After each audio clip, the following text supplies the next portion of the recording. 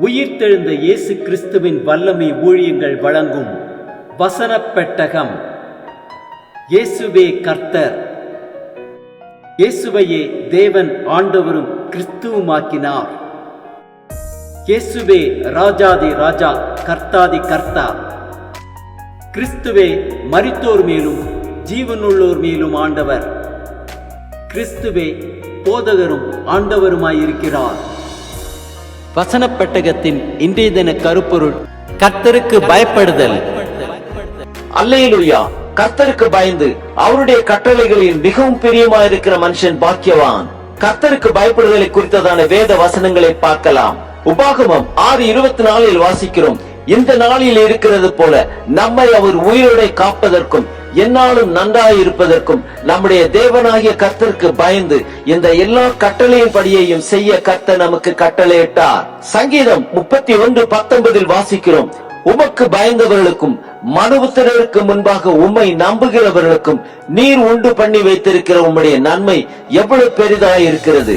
சங்கீதம் 67:4 வாசிக்கிறோம், தேவரீர் ஜனங்களை நிதானமாய் நியாயம் தீர்த்து பூமியில் உள்ள ஜாதிகளை நடத்துவீர், ஆதலால் ஜாதிகள் சந்தோஷித்து கம்பீரத்தோட மகிழக்கடவர்கள். சங்கீதம் 115:13 வாசிக்கிறோம், கர்த்தருக்கு பயப்படுகிற பெரியோரையும் சிறியோரையும் ஆசீர்வதிப்பார்.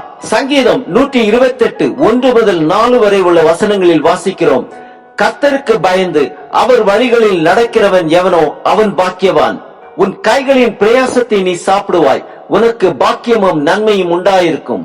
உன் மனைவி உன் வீட்டோரங்களில் கனி தரும் திராட்சை கொடியை போல் இருப்பாள்.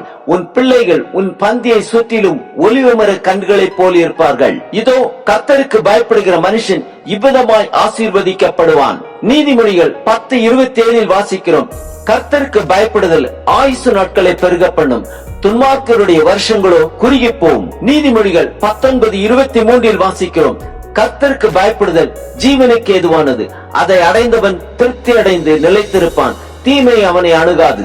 நீதிமொழிகள் 22:4 வாசிக்கிறோம், தாழ்மைக்கும் கர்த்தருக்கு பயப்படுதலுக்கும் வரும் பலன் ஐஸ்வர்யமும் மகிமையும் ஜீவனுமாம்.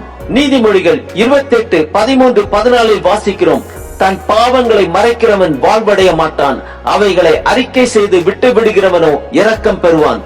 எப்பொழுதும் பயந்திருக்கிறவன் பாக்கியவான், தன் இருதயத்தை கடினப்படுத்துகிறவனோ தீங்கில் விழுவான்.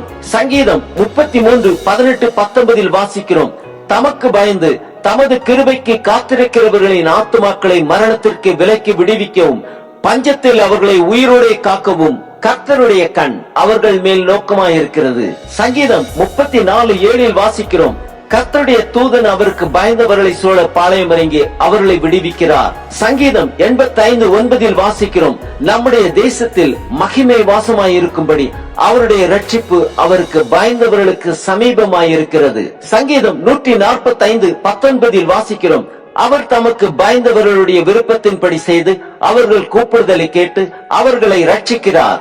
ஆம், கர்த்தருக்கு பயந்து நடந்து அவருடைய கற்பனைகளை கைக்கொள்வோம், கர்த்தருடைய ஆசீர்வாதங்களையும் பாதுகாப்பையும் பெற்றுக் கொள்வோம்.